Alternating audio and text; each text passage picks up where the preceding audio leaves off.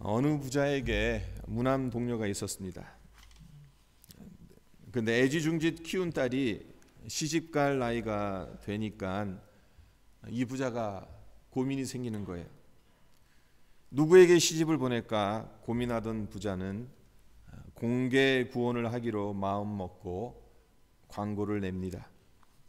그러자 이 광고를 보고 많은 청년들이 부자의 사이가 되겠다는 꿈을 안고 지원을 합니다.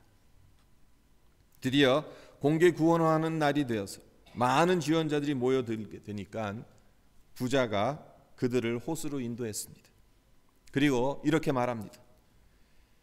내 딸을 아내로 삼기 위해서는 한 가지 시험을 통과해야 합니다. 그것은 여러분 앞에 놓여 있는 호수를 건너가는 것입니다. 호수를 무사히 건너가는 자에게 내 딸을 주겠습니다. 그런데 크나큰 문제가 있는 겁니다. 헤엄쳐서 건너야 할 그 호수는 그냥 단순한 호수가 아니었어요. 악어들이 우글거리는 호수였던 겁니다. 그러니 제 아무리 억만장자의 무남 동료를 아내로 맞이할 절호의 기회가 눈앞에 주어졌다 할지라도 목숨을 걸 사람이 없겠지요. 따라서 호수로 뛰어드는 사람이 아무도 없었습니다. 그런데 어디서 갑자기 첨벙하는 소리가 들리더니 어떤 젊은이가 헤엄을 치는 겁니다. 악어들이 자기를 잡아먹으려고 쫓아오니까 죽을 힘을 다해 헤엄을 칩니다. 그리고 마침내 악어들의 추격을 따돌리고 호수를 건너갔습니다. 영웅이 탄생한 겁니다. 모든 청년들의 시선이 그에게로 쏠렸고 모두들 부러운 눈으로 그를 바라보았습니다. 하지만 이 청년은 뭐가 그리 분한지 씩씩거리며 분을 삭히지 못하는 거예요. 그리고 이런 말을 내뱉습니다. 어떤 놈이 날 밀었어. 이 이야기 실제로 일어난 실화라기보다는 누군가가 지어낸 이야기일 겁니다. 하지만 많은 사람들에 의해 회자되고 있는데 이유가 있으니까 회자되고 있겠죠. 이렇게 생각해 보았습니다. 살다 보면 나는 원하지 않았는데, 나는 소망하지도 바라지도 않았는데 누군가가 나를 떠밀었기 때문에 그냥 떠밀린 채로 살아가야 하는 경우가 실제로 있다는 거예요. 네, 나는 원치 않았는데 누군가에 의해 떠밀려진 채로 살아가야 할 때가 우리 인생에 종종 발생합니다. 그리고 그 결과 어떤 경우에는 불행의 늪에 빠질 수도 있습니다. 하지만 그 반대로 누군가에 의해 떠밀려진 것이 오히려 복이 되는 경우가 있습니다. 성경에 기록된 수많은 믿음의 선진들이 이러하지 않았습니까? 아브라함을 생각해 보십시오. 하나님께서 본토 친척 아버지의 집을 떠나 내가 지시할 땅으로 가라라고 명령하시기 전까지만 해도 아브라함에게는 본토 친척 아버지의 집을 떠날 마음이 전혀 없었어요. 하나님께서 그의 등을 떠미신 겁니다. 한마디로. 그리고 오늘 우리가 살펴보고자 하는 다윗 역시 마찬가지입니다. 이 부분은 나중에 다시 말씀드리도록 하겠습니다. 제가 말씀드리고 싶은 것은 누구에 의해서 떠밀려졌는가, 그리고 떠밀렸을 때 어떻게 대처하느냐가 중요하다는 겁니다. 오늘 함께 시편 13편을 읽었는데요. 이 시편은 표제에 나와 있는 대로 다윗이 쓴 시편입니다. 성도 여러분, 다윗이 누구십니까? 하나님의 기름 부으심을 받은 왕이었습니다. 하나님의 마음에 합한 자라고 인정받았던 사람이었습니다. 그렇다면 우리 생각에는 그의 인생이 잘 뚫린 고속도로를 달리듯이 만사형통해야 하잖아요. 하지만 1절과 2절을 보십시오. 다윗이 뭐라고 말하고 있습니까? 여호와여, 어느 때까지니까 나를 영영히 잊으시나이까? 주의 얼굴을 나에게서 언제까지 숨기시겠나이까? 내가 나의 영혼에 경영하고 종일토록 마음에 근심하기를 어느 때까지 하며 내 원수가 나를 쪄서 자긍하기를 어느 때까지 하리이까? 어느 때까지 혹은 언제까지라는 말이 1절과 2절에서 4번이나 언급되고 있어요. 이렇게 말하는 이유가 무엇이겠습니까? 도저히 참을 수 없는 고통 가운데 놓여 있어서 어떻게든 빨리 그 고통과 괴로움 속에서 벗어나고 싶기 때문에 이렇게 말하는 것 아니겠습니까? 다윗이 무슨 이유로 이런 고통을 당하게 되었습니까? 다윗의 생애에서 끊임없이 그를 죽이려는 원수들이 있었는데 가장 대표적인 사람이 사울이지요.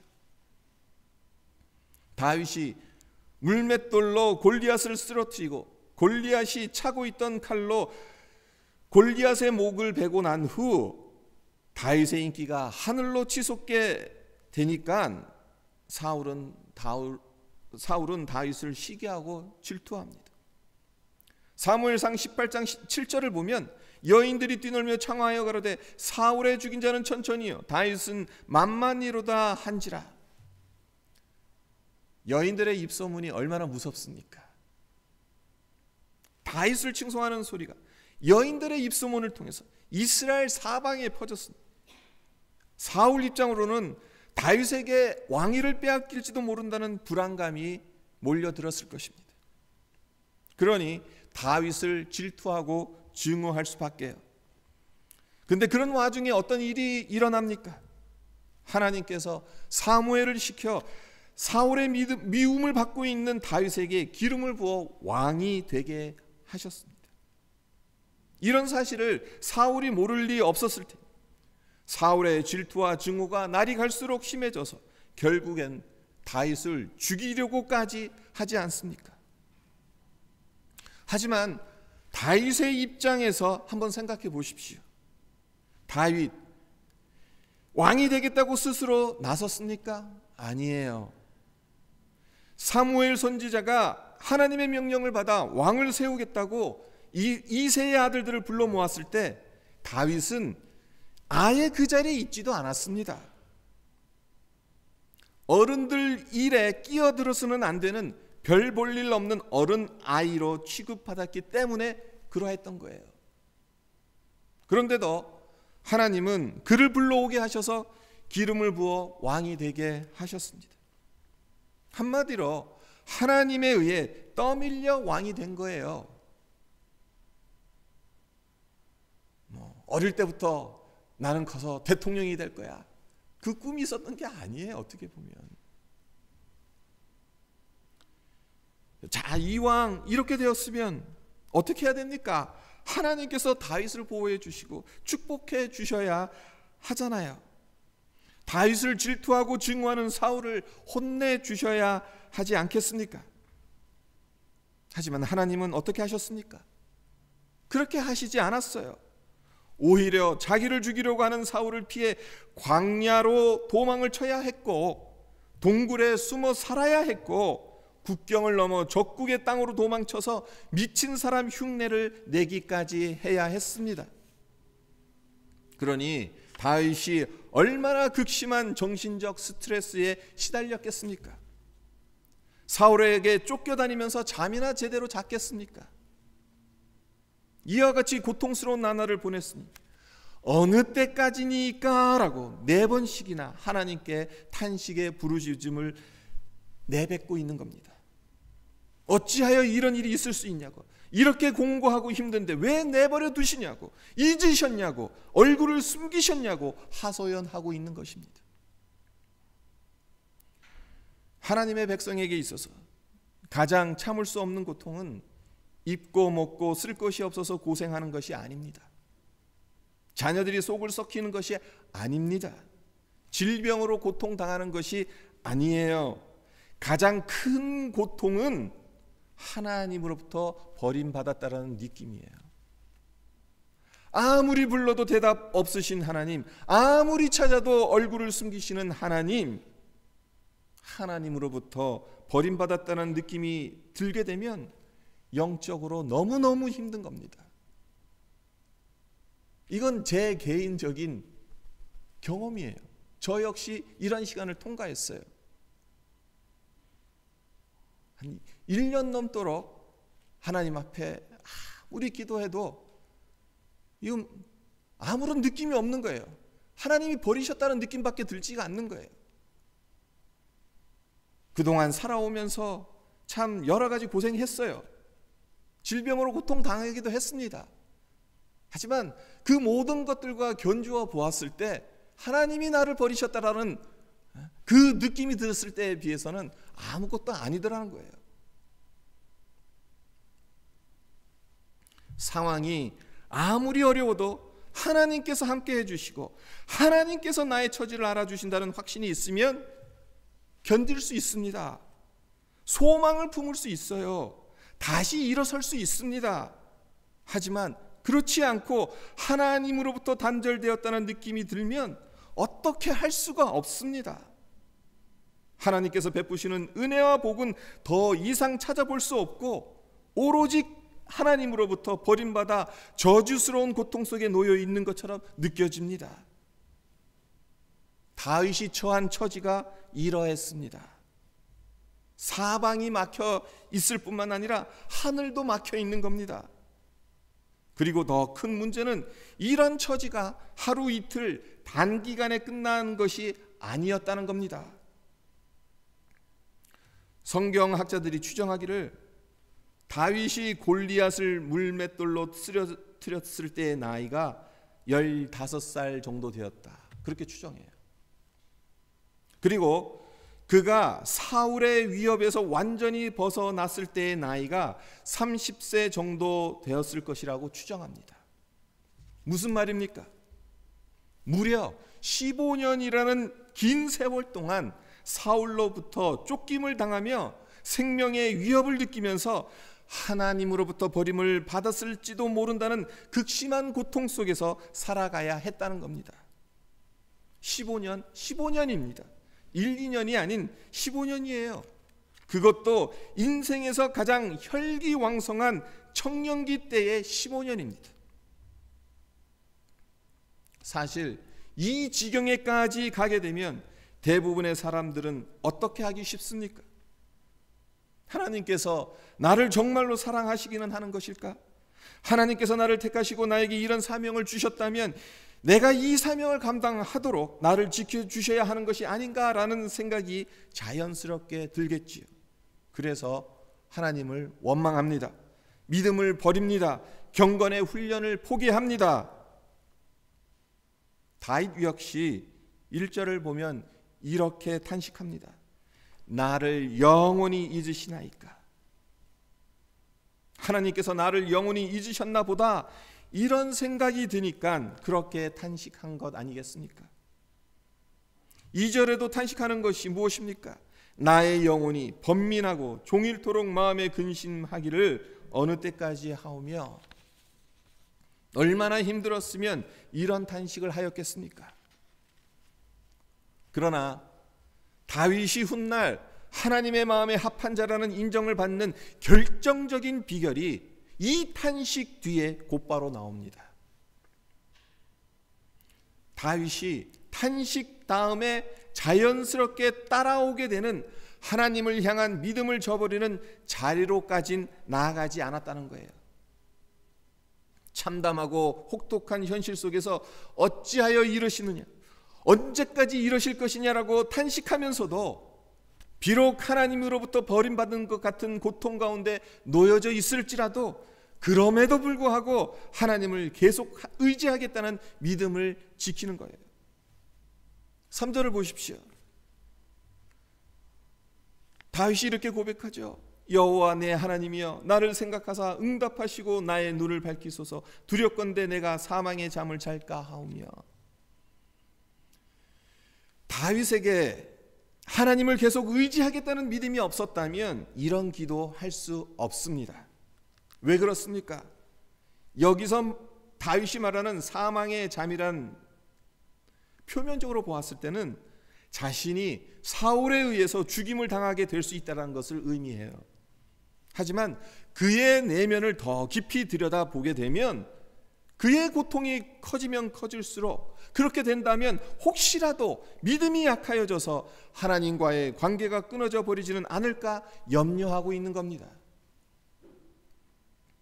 다윗 역시 육신을 가진 연약한 사람입니다.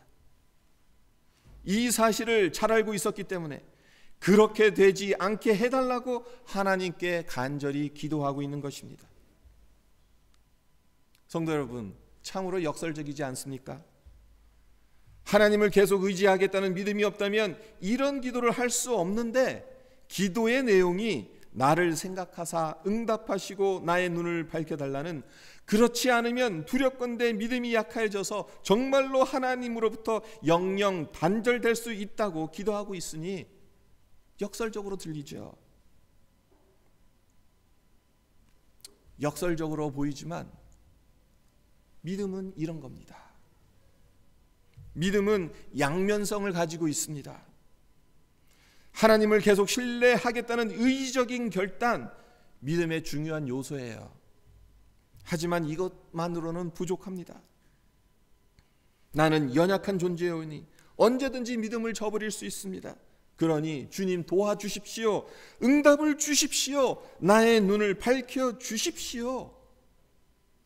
하나님이 나의 믿음을 지켜주시기를 위해 간구해야 한다는 것입니다. 결국 우리가 우리의 믿음을 지킬 수 있는 근거가 어디에 있습니까? 우리 자신이 아닙니다. 하나님입니다.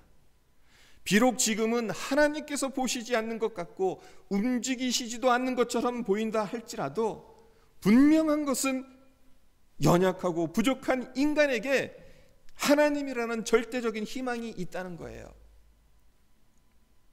네, 하나님의 백성인 우리에게는 하나님을 향해서 하나님, 저의 손을 잡아 주십시오, 도와주십시오라고 부르짖을 수 있는 특권이 있습니다.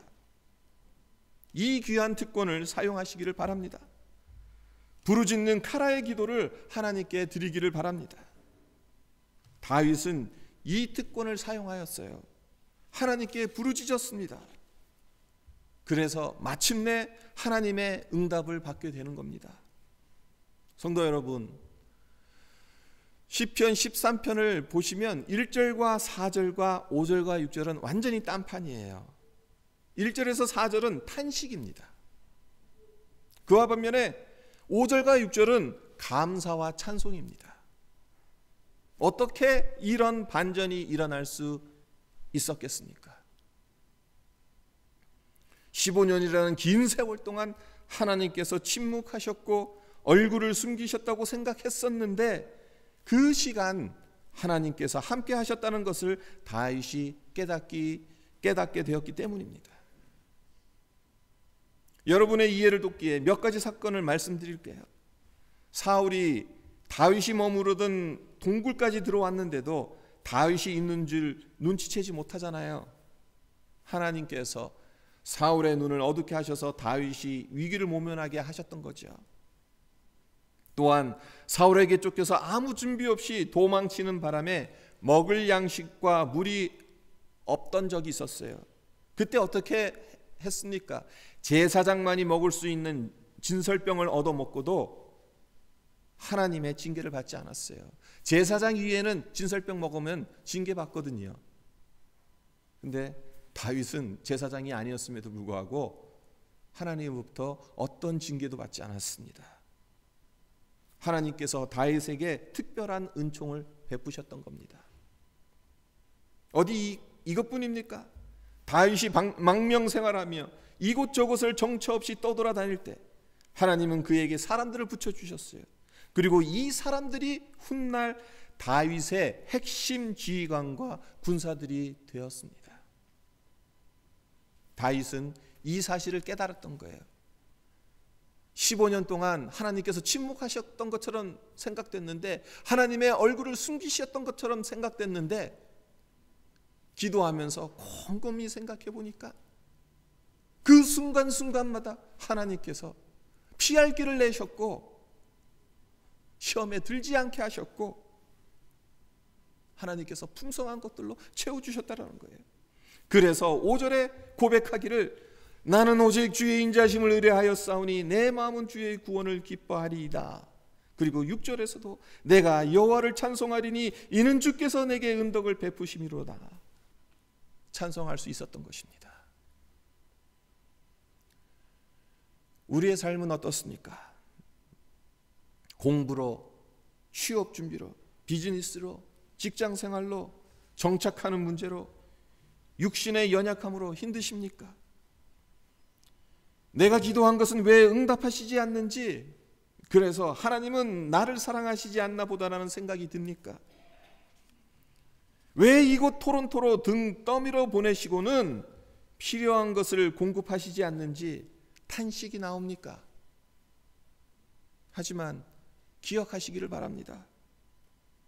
다윗에게 그랬던 것처럼 하나님은 얼굴을 숨기시는 것처럼 느껴지는 그 순간에도 우리를 보시고 계시고 아시고 계시며 돕고 계시다라는 사실입니다. 오늘 설교 제목을 4절 후반절에 흔들릴 때, 그리고 6절의 상반절에 찬송하리니를 합쳐서 흔들릴 때의 찬송하리니라고 정했는데, 우리 모두 인생의 여정에서 흔들릴 때에 탄식할 수밖에 없는 연약한 존재들이기는 합니다만, 그럼에도 불구하고 신실하신 하나님 의지하는 믿음으로 기도하며 하나님을 찬송하는 우리 모두가 되시기를 주님의 이름으로 축원드립니다. 우리 함께 오늘 말씀 잠깐 묵상하면서 기도하도록 하겠습니다. 때로는 내가 원하지 않았는데도, 내가 바라지도 않았는데도 참 나의 인생이 꼭 떠밀려 가는 것처럼 느껴질 때가 있어요. 다윗이 그러하지 않았겠습니까? 15년 동안의 인생, 사울에게서 쫓김을 당하고 생명의 위협을 당한 15년의 그 시간들,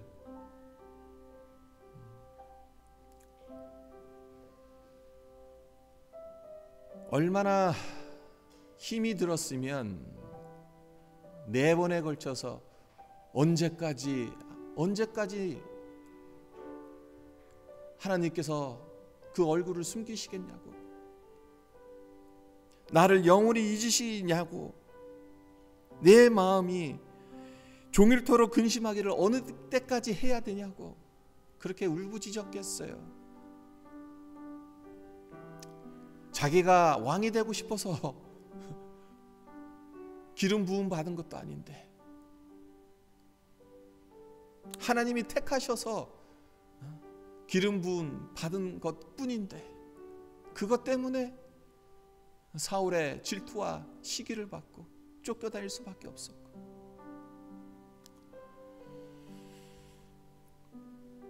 그래서 다윗이 너무너무나도 탄식하지 않습니까?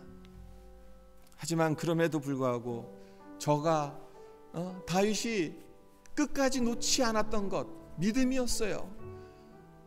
신실하신 하나님에 대한 그 믿음이었어요. 그 순간에 하나님께서 얼굴을 숨기실 정도로, 그렇게 막막한 그 순간에도 하나님을 의지하겠다라는 그 믿음을 놓지 않았습니다. 그러했기 때문에 주의 구원을 기뻐하겠다고, 여호와를 찬송하겠다라는 이 고백을 할 수 있었던 것입니다. 우리의 인생의 가운데 있어서 내가 원하지도 않았는데 등 떠밀려서 여기까지 오신 분들 있나요? 다윗의 삶을 묵상하면서 다윗에게 임하셨던 하나님, 그 하나님께서 우리에게도 동일하게 임하신다는 사실, 우리와 함께 하신다는 사실, 우리를 인도하신다는 사실, 그것을 우리가 믿음의 눈으로 바라보면서 하나님, 우리와 함께 해주십시오, 우리를 지켜주십시오, 이 기도를 드렸으면 합니다. 기도드리겠습니다. 아버지 감사합니다. 주님, 우리 인생의